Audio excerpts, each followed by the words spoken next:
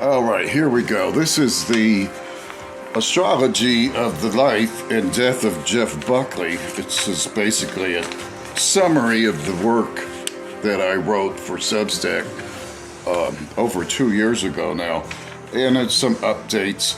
But anyway, let's dive right in.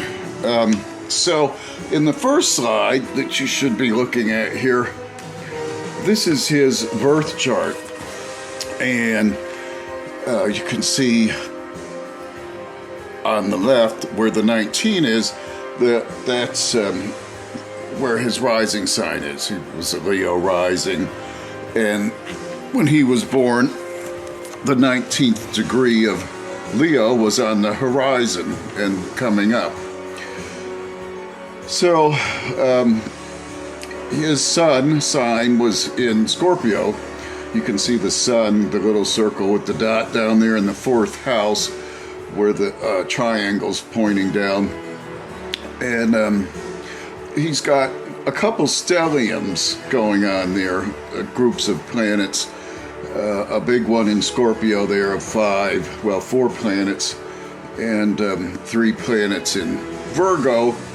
And then the moon by itself there in Aquarius, and Jupiter, and then Saturn up there in the 8th house. So anyway,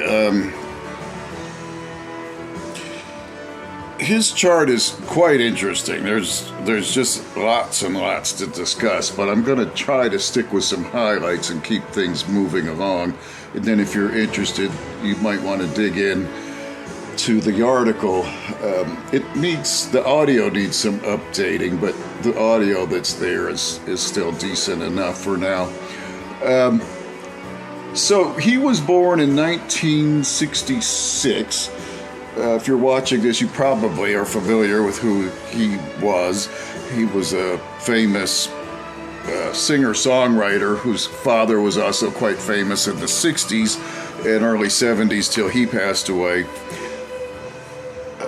So we've discussed his rising sign of Leo. Sun was Scorpio. He was basically an introvert, as I understand, which that would be coming out with his, the Scorpio. The feminine signs, I think, tend to be more introverted, especially the water signs. I think they're just such a sleepy bunch. They like to sleep and procreate. Anyway, and he had, like I say, there's four planets in Scorpio.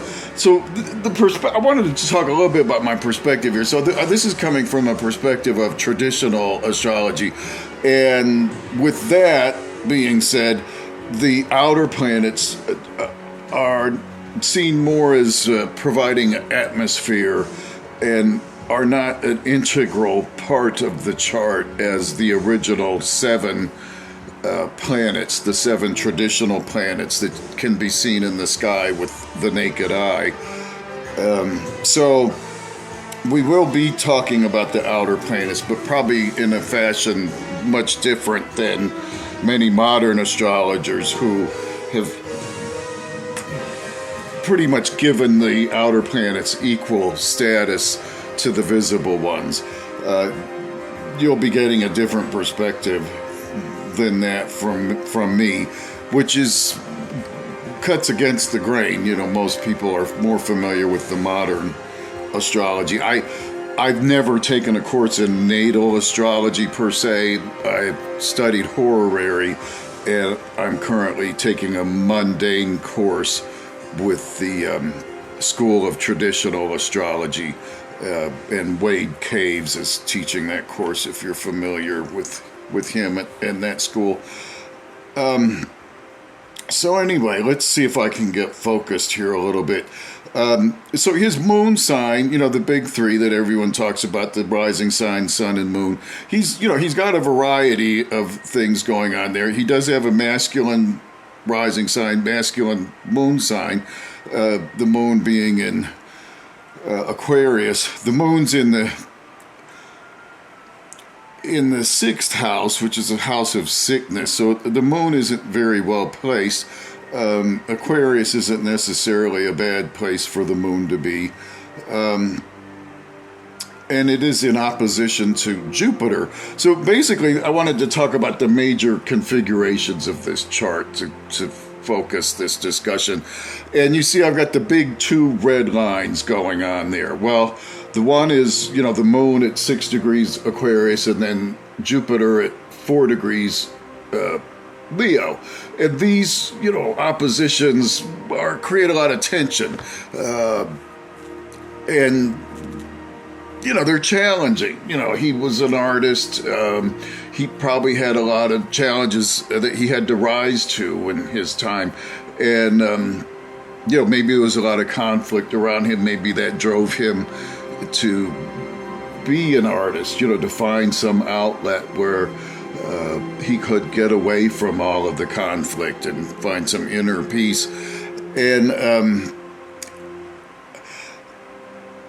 I'm in the next videos, I'm going to talk about the people around him. And in this natal chart, there's a lot of malefic energy. It's coming from those outer planets, Uranus, Pluto, and Neptune, largely.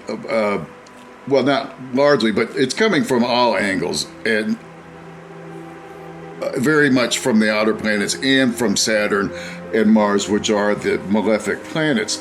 So since I've brought that up, let's look at the other red line there. You've got Saturn in the 8th house up there on the upper right corner, and then that's got a red line shooting down to the other 3 planets there, and that's Pluto, Mars, and Uranus. So you've got a configuration there of 4 malefic planets. You've got the 2 traditional malefics and then 2 of the outer planets. And I'm calling all 3 of the outer planets as malefics, basically evil influences. They're bringing in the modern age and all of the difficulties that have come with that. I think, more and more today we're seeing how the modern world is churning on us, and we need to get back to some basics, or at least find a way to integrate them back into all of these wonderful modern things that have happened in the last 100 or 200 years. So anyway, one thing you'll notice about his chart is, and this is a good example, you've got Mars at 21 degrees Virgo. You've got Saturn straight across from it at 22. So it's within, it's like a degree and a half, almost 2 degrees between it because of the way the minutes are. That's about a degree and a half. Anyway, it's very close. And then you see Pluto and Uranus are at 20 and 23. So these are very tight configurations. And you find this with a lot of his chart, like way more than you see at other charts. So not only do you have these groups of planets, but they're also strikingly close in there with the orb. That's a 1 degree orb, 2 degree orb. They rarely go beyond 3 and 4.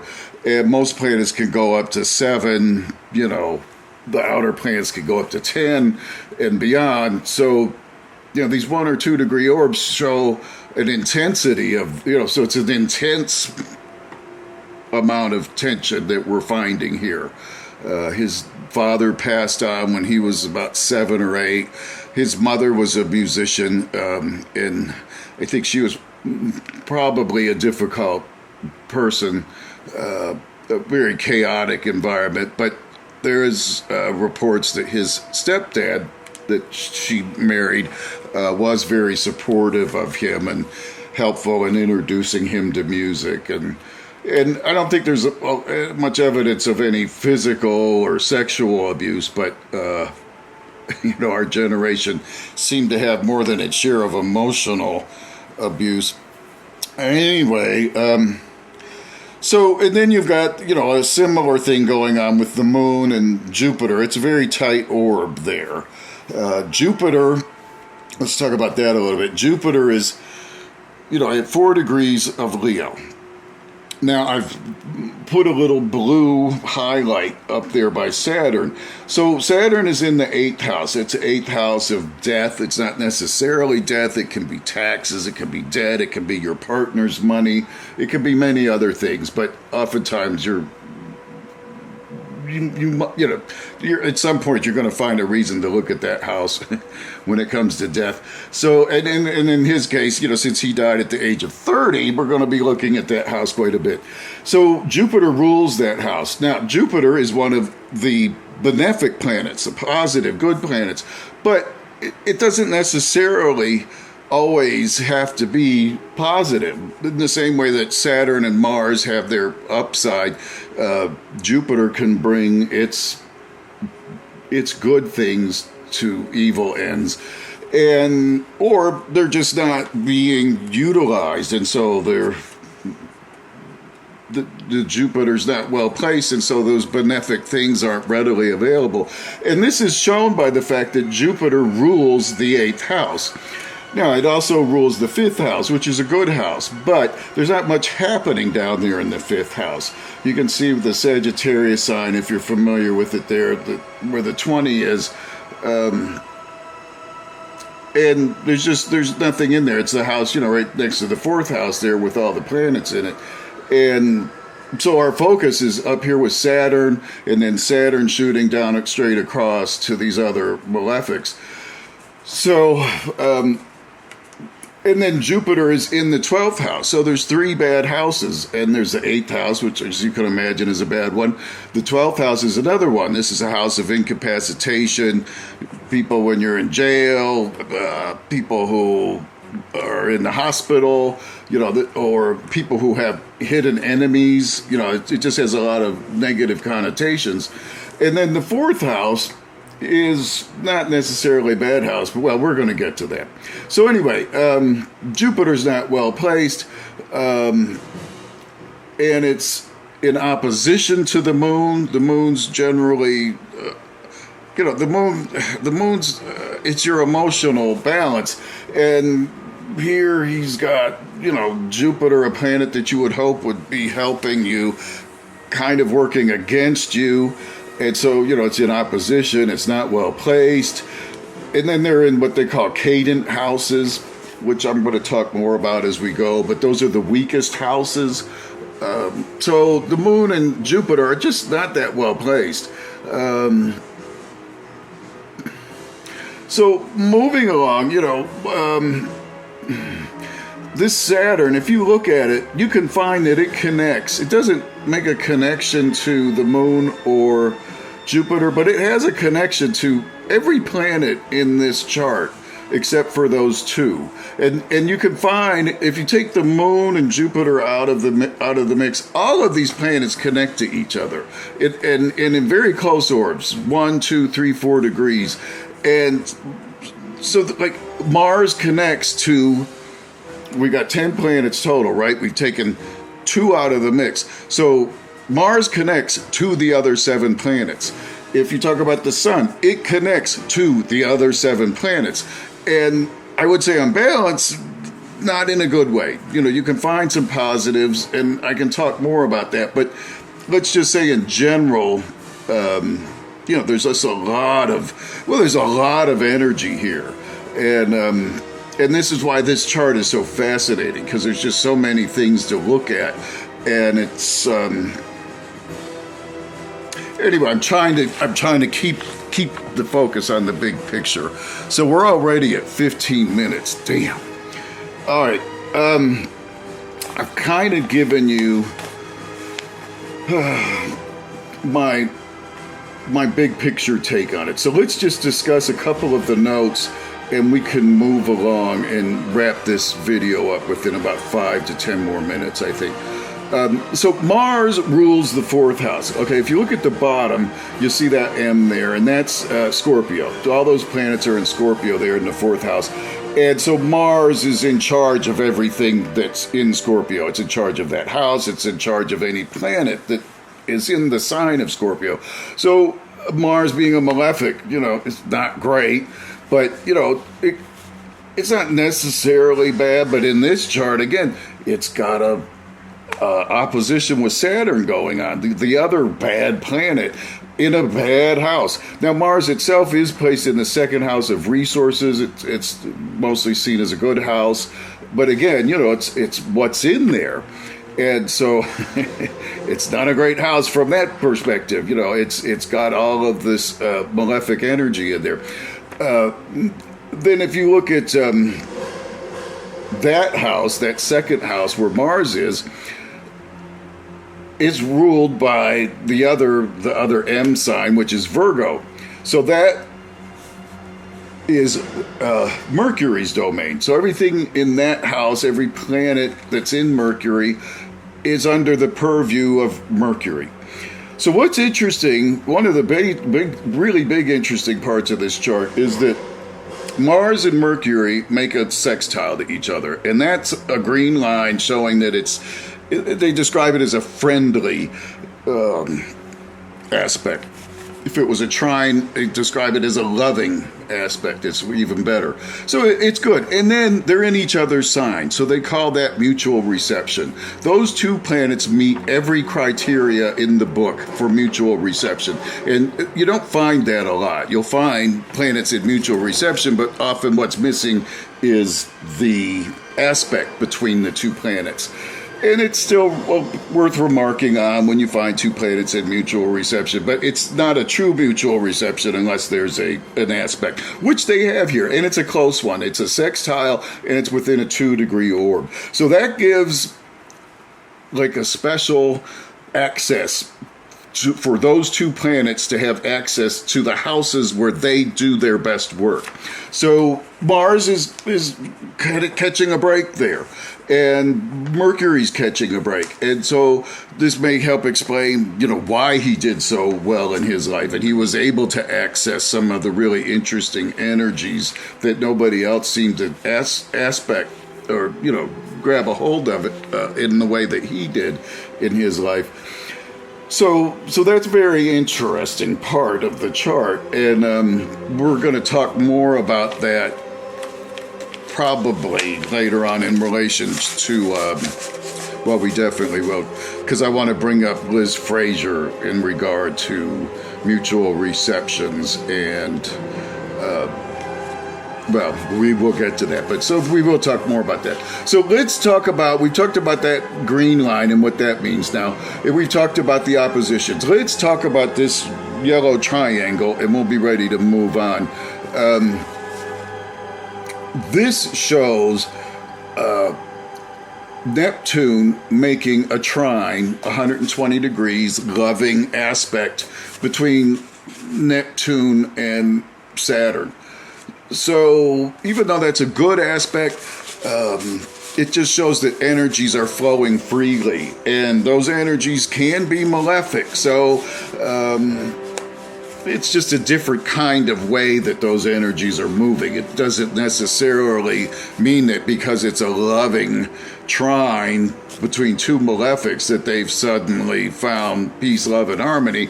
They're just communicating in a real smooth way that might not be brought to light so much. It's just happening, if that makes any sense. So anyway, and that's very close. It's 22 degrees for both of those.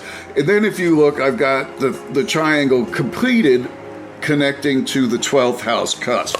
So you can, if the planets are making a close connection within a couple of degrees, 2 or 3 degrees, the cusps are brought into the picture. And this cusp is a malefic house, the 12th house cusp. So that is the 12th house below it, where Jupiter is. And so you see, well, you can see the numbers on the inner wheel if I'm losing you with when I talk about the numbered houses. So anyway, again, and it's a 22. Again, it's they're 22, 22, and 22. You just don't see this kind of configurations very often. And that's the house, like I said, of incapacitation. You've got it connecting to Saturn in the house of death, down to the 4th house, which I want to talk about some. And that takes me to the reading. I'm not going to read everything that I've written. I just have a couple of highlights that I'm going to zip through, and then we're going to move on to 2 more slides that are going to be very short. So, the Neptune in the 4th house brings great sadness around the experience of the father due to his actual or perceived unavailability and uncommunicative nature. Jeff's father died when he was quite young. In 1975, he succumbed at the age of 28 from what was probably an accidental heroin overdose.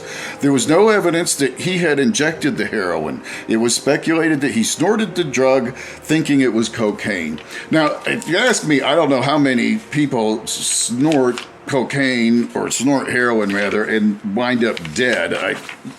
I don't know that the heroin was that strong back in the day.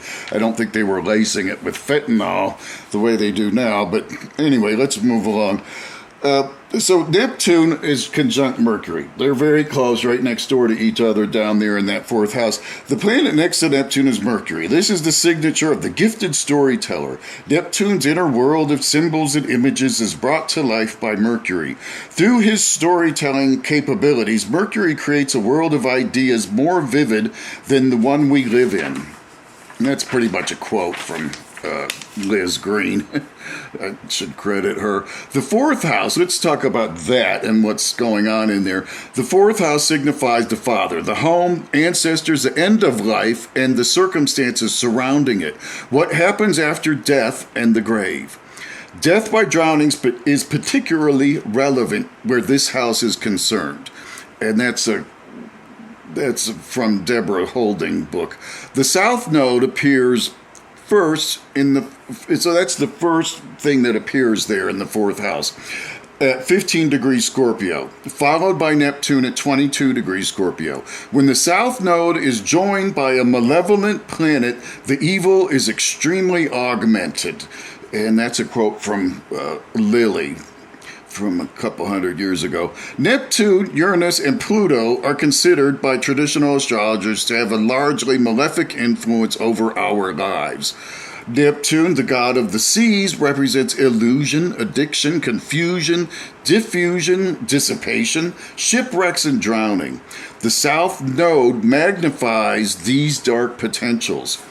Other signs of trepidation related to the 4th house are found when we consider the grand trine, and that's the yellow trine there that I drew, that is formed by Neptune, Saturn, and the 12th house cusp.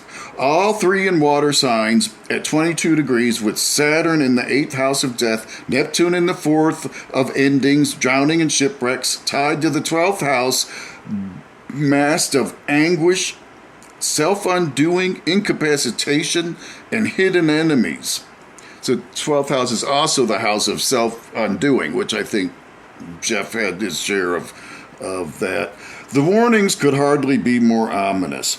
And then I already discussed the issue of the 28 different aspects. There's the multiple aspects in the chart, so we'll move on. Now, in this graph I have here, this chart that you're looking at, I did not put the stars up, but if you read the article, you'll see a chart with where it's there.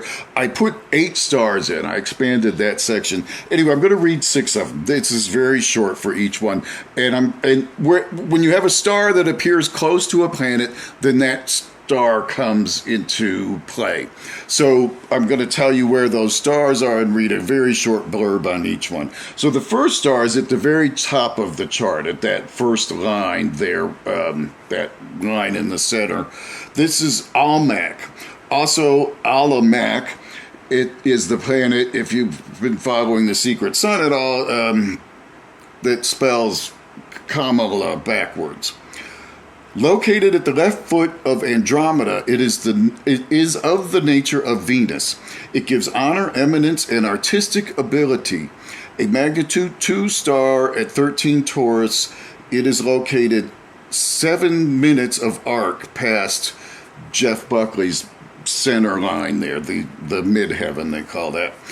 The next star is number 3, and it's located on the ascendant, where this Leo at 19 is on the left side there.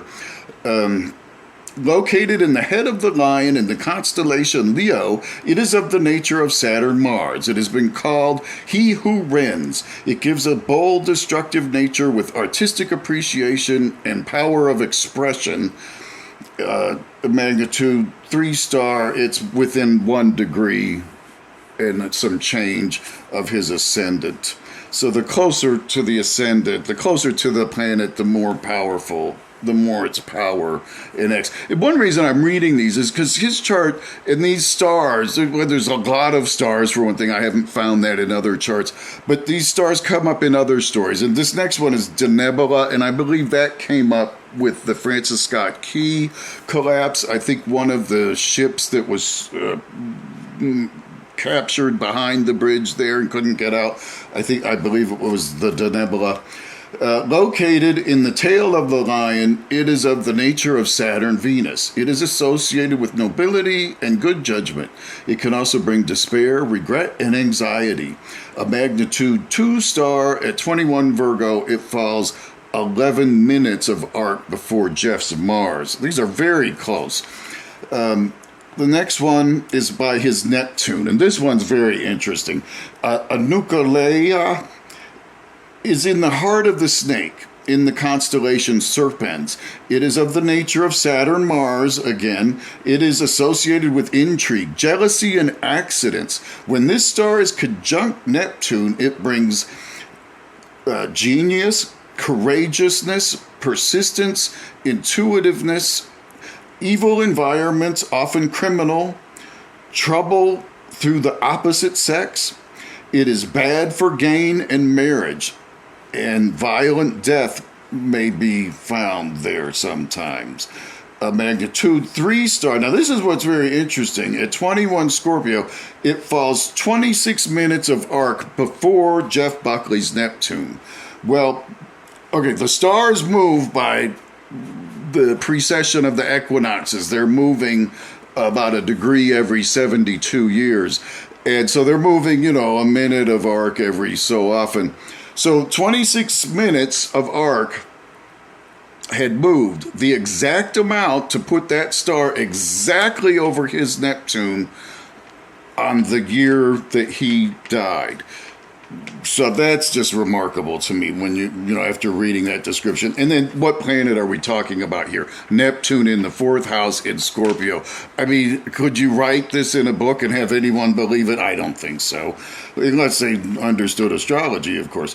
When Jeff died on May 29th, 1997, Unukalai had moved 26 minutes of arc to become exactly conjunct his natal Neptune. All right, moving on. The next star is next to his Venus, and that's also in that same house there. Talaman, or Bungula, located at the left forefoot of the Centaur. It is of the nature of Venus-Jupiter. It gives beneficence, friends, refinement, and a position of honor. When combined with Venus, popular artistic and musical abilities, benefits from friends, danger from love affairs. A magnitude 1-star, which is important, 1 is the strongest, is located at 29 Scorpio. It is 1 degree and some change past Jeff's natal Venus. So it would actually be moving further away from his natal Venus as the years go by. Finally, the last star is by his Saturn in the 8th house there. Markab, located on the wing of Pegasus, it is of the nature of Mars, Mercury. It gives honor, riches, fortune, danger from fevers, cuts, blows, stabs, and fire, and a violent death.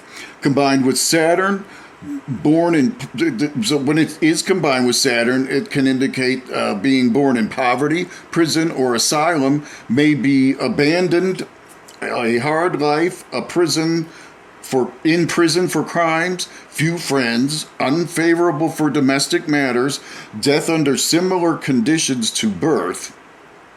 The constellation Pegasus is associated with drowning, accidents, and catastrophes. A magnitude 2-star at 23 Pisces, it is located 3 minutes of arc past Jeff's natal Saturn. And both are in the 8th house of crisis, obsession, and death. So that's it for the stars. That's it for the reading. I just have a couple more slides, and you don't worry, there's nothing like what we just went through as far as length. So let me switch here so I know what you're going to be looking at. Okay, here we go. We're now looking at a chart that happened 5 days before Jeff was born. This is located in Anaheim, California, and this was an eclipse 5 days before he was born, a total solar eclipse. I don't know that the Anaheim, I don't know where the darkness fell. Probably not there, but I'd have to research that. But anyway, it was a total solar eclipse. But what is interesting is that it fell at 19 degrees Scorpio. Now, his rising sign is 19 Leo. So it's an exact square. And then if you look, the reason I highlighted those numbers is that if you look up at the top at that 19, that's 19 Leo. So it's at 27 there in this chart. But 19 Leo was on the ascendant. And then this, so if you took this whole chart and moved it 90 degrees, you would have the same angles. And I wanted to discuss that briefly. That's where the angles are, where these red lines are. That's your ascendant.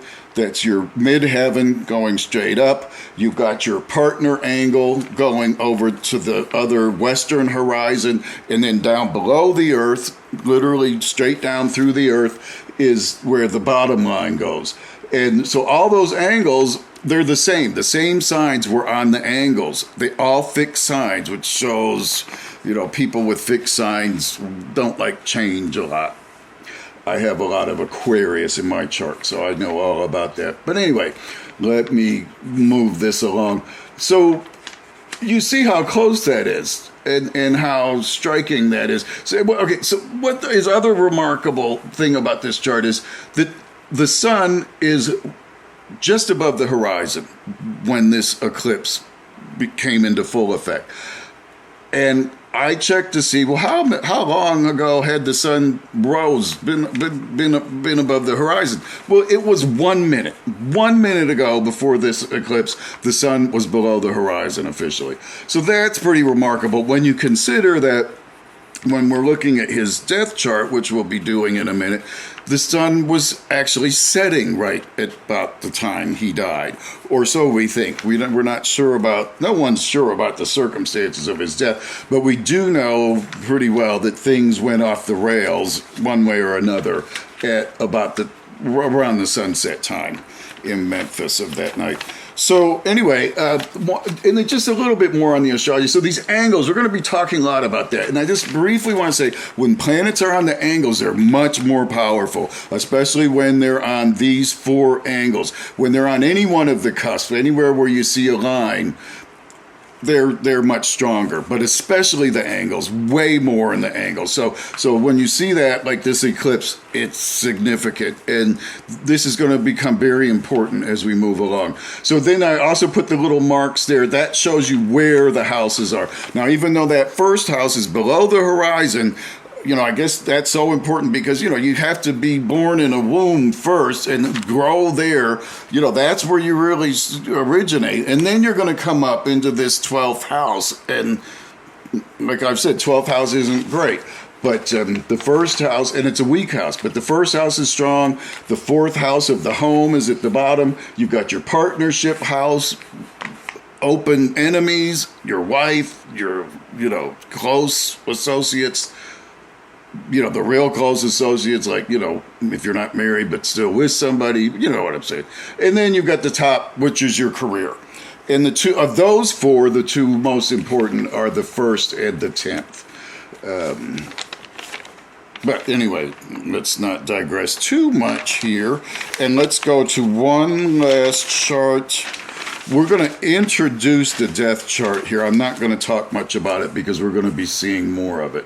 So here's where the planets were when he died, on the night of his death. So this is kind of his chart in a sense. But I mean, we were all being affected by these same placements, at this time. But now, and I'm going to try to demonstrate why, he was particularly susceptible to these influences. But you'll see, again, some oppositions. You've got the sun in a close opposition, 4 degrees of Pluto.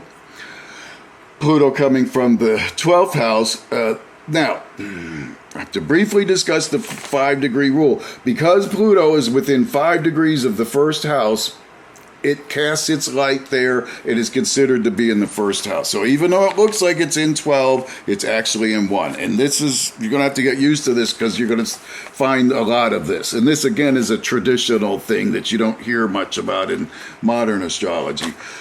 So that would apply to Mars. Now you see it's on the cusp, and it's on the cusp up at the top of the chart. It's on the cusp of one of the most important cusps it can be on. So it's very powerful there, and it's the thing that's straight up in the sky. It's everything's falling underneath it. It's setting the tone for everything below it.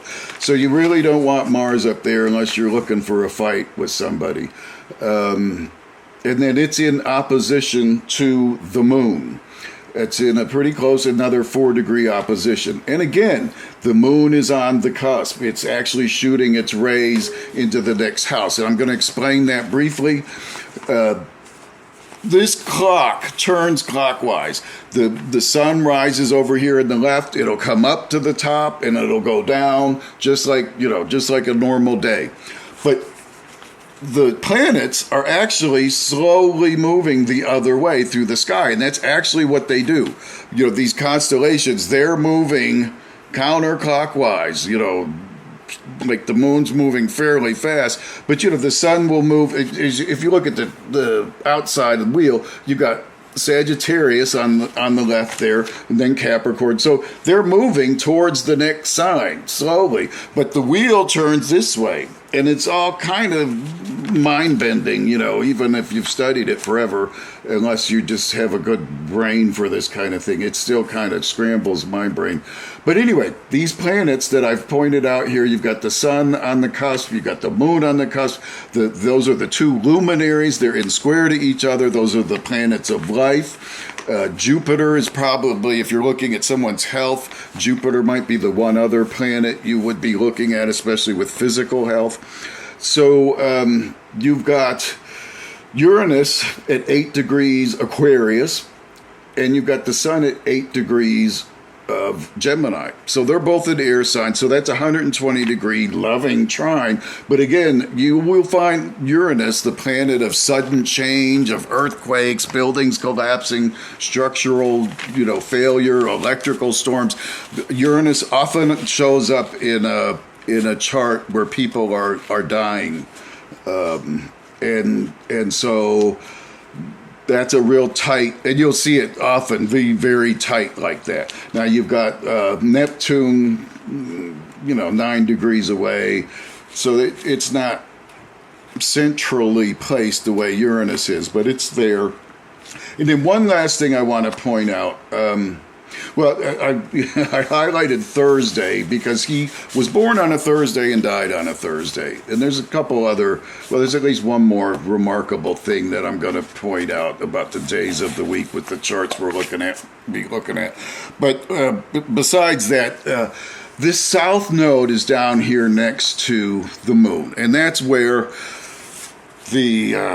that's the ecliptic, where the sun and the moon meet. So the moon will travel up the ecliptic, and then it'll go around to the other side, and then it'll travel down the ecliptic of the path of the sun, and that's where the eclipses occur. And the south node is considered to be malefic, very bad. The north node tends to be thought of as being more positive. So anyway, having the moon or having the south node next to anything is not usually considered to be good. It can signify unforced mistakes. It can be some kind of wounding or accident happening, or even death. And so that's remarkable there that was so close. And again, we're in Pisces, and that's one final thing. If you look at the 4th house, it's in Pisces. The 8th house is in Cancer. The 12th house is in Scorpio. So even though those aren't the same as his birth chart, though again, we're seeing all three of those same houses in water signs. So that takes us to the end of the summary of Jeff Buckley's birth chart. Like I say, we're going to be seeing more of this death chart. I'm going to be looking at this death chart in comparison with the other folks that we've been talking about or will be talking about. Anyway, I'll see you on the next section.